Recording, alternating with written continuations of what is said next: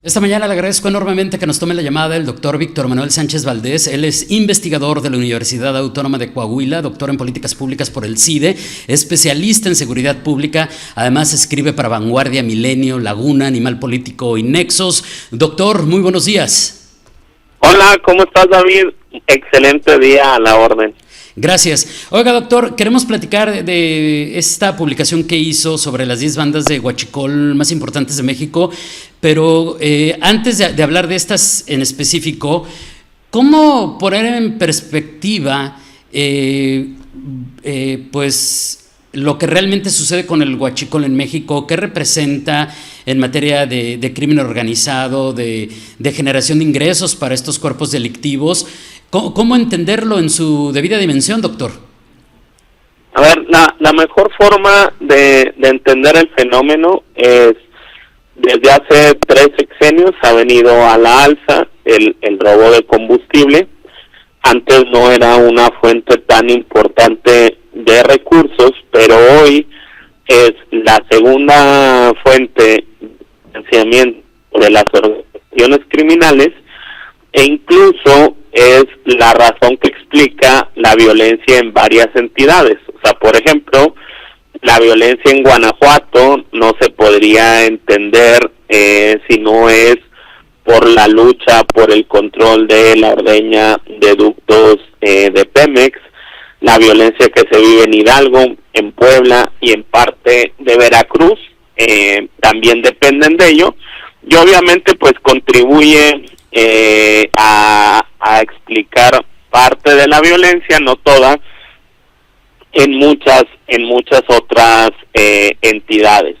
Por ende, pues en este mercado hay una especie de mezcla entre grandes organizaciones criminales, es decir, el Cártel Jalisco, el Cártel de Sinaloa o el Cártel del Golfo, pero que también compiten con organizaciones muy locales y que a veces solo se dedican de forma predominante a este delito. Entonces, hablar de este tema es hablar de violencia de grupos criminales, pero por otro lado también es hablar de economía. La lógica elemental me dice que esto le genera entonces pérdidas a la paraestatal Pemex, doctor. Sí, de hecho se estiman pérdidas de entre 170,000 y 200,000 millones de pesos al año. Es decir, se pierde un porcentaje relevante del combustible. Evidentemente eso propicia que la paraestatal pues opere en números rojos. Digo, no es el único factor, pero es un factor relevante para que opere en números rojos, y pues esto afecta al presupuesto público en México, además de fondear a las organizaciones criminales. ¿Hay alguna referencia respecto a por qué no se ha podido controlar y por ende haya crecido tanto en los últimos sexenios este tipo de delito? Digo, realmente es un delito. Bueno, hay varias facetas del delito, ¿no? La más sencilla es atacar el tema de ordeña de ductos. ¿Por qué? Porque sabemos exactamente por dónde pasan los ductos. Solo pasan por menos del 5% de los municipios en México, y pues realmente donde pasan es lineal, o sea, no es que cubran todo el municipio. Por ende, vigilar esas zonas en teoría debería ser sencillo. Obviamente es más complicado las otras dos facetas, que son el robo de pipas o robo de trailers con carga, y la tercera, que se ha puesto muy de moda últimamente, que es el huachicol fiscal, que es introducir de forma ilegal gasolina sin reportar los impuestos y venderla a más bajo costo. Obviamente en esa lógica pues hay una cierta complicidad de autoridades, muchas de ellas locales, pero también federales. Digo, no en vano el día de ayer fueron arrestados en Guanajuato 11 integrantes de la Guardia Nacional, que infraganti los descubrieron ordeñando ductos, es decir, quien se supone que debería de cuidarnos y de prevenir ese delito era quien lo estaba cometiendo. Eran partícipes de ello, sí, y es que a veces en muchas de estas dinámicas, pues es imposible separar la participación a veces de las autoridades, doctor. Ahora, ¿cuáles serán las bandas de robo de combustible más grandes del país? Sabemos que esto está zonificado y que hay zonas en las que se da de mucho mayor magnitud que en otras. Sí, a ver, yo empezaría por aquellos que pertenecen a cárteles de droga más grandes.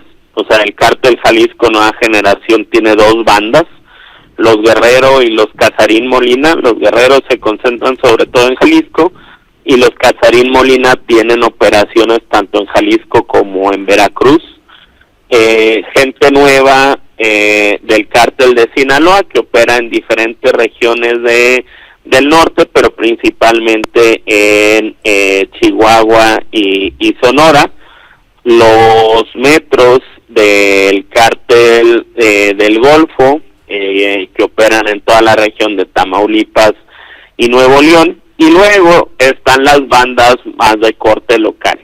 Las más grandes son el cártel Santa Rosa de Lima en Guanajuato, Sangre Nueva Z en Puebla, Tlaxcala y Veracruz, La Barredora en Tabasco, que ha sido muy mediática en los últimos tiempos, Pura Gente Nueva en Campeche, y dos bandas locales de Hidalgo, los Hades y los Pepes, que los Hades también tienen operación en parte del Estado de México.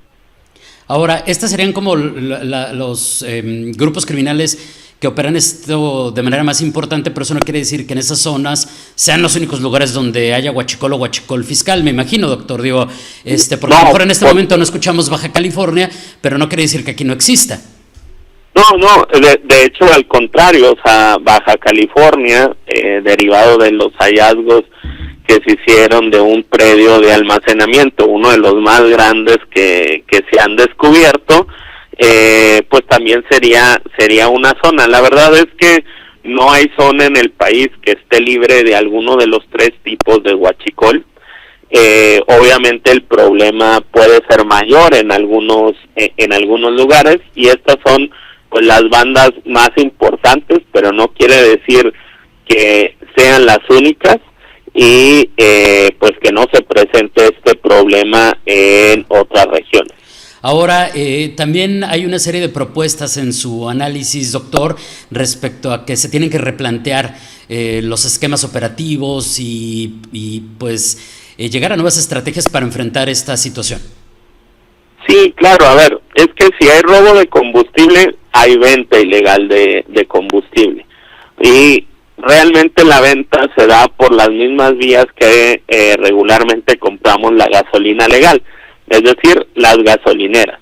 A las gasolineras les conviene comprar combustible robado porque es más barato y entonces el margen que obtienen es mayor. Por ende, tenemos que concentrarnos en vigilar en mayor medida los ductos, en utilizar tecnología para poder ver las bajas de presión y detectar dónde se están ordeñando. Tenemos que detectar cuáles son las gasolineras que están vendiendo combustible robado y quitarles la concesión. Tenemos que usar herramientas de inteligencia financiera para ver estos flujos, y pues también concentrarnos en los puertos, que es por donde entra el huachicol fiscal. En los puertos nos referiríamos también, por ejemplo, a las fronteras con otros países, en este caso de nuestra región, la ciudad de Tijuana o el estado de Baja California, con la frontera con Estados Unidos. ¿Eso también es algo que entra en juego cuando hablamos de este tema, doctor? Sí, claro. De hecho, en huachicol fiscal pues se ha puesto mucha atención en lo que pasa en la frontera en Tijuana, en Ciudad Juárez y en Matamoros, que pues es donde se han detectado estos flujos que incluso el gobierno norteamericano ha denunciado.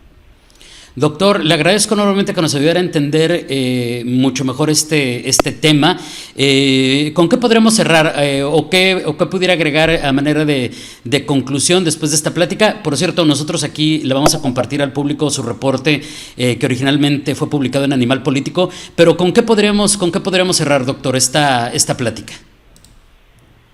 A ver, yo creo que lo relevante a futuro es entender que tenemos que tomar acciones, que el hecho de que exista huachicol nos cuesta doble.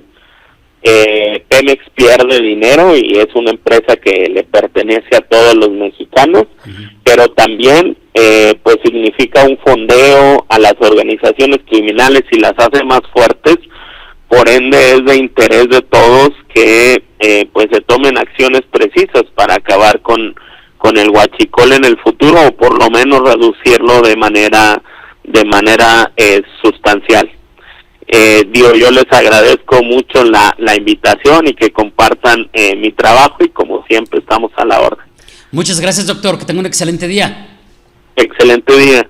Gracias, es el doctor Víctor Manuel Sánchez Valdés. Él es investigador de la Universidad Autónoma de Coahuila, doctor en políticas públicas por el CIDE, especialista en seguridad pública. Además escribe para Vanguardia, Milenio, Laguna, Animal Político y Nexos. En esta mañana, pues ayudándonos a entender mejor el tema del huachicol, que por cierto es la segunda fuente de ingresos del crimen organizado y pues parte de las 10 bandas de huachicol más importantes de México, aunque Baja California, como usted acaba de escuchar, no está exenta de este tema.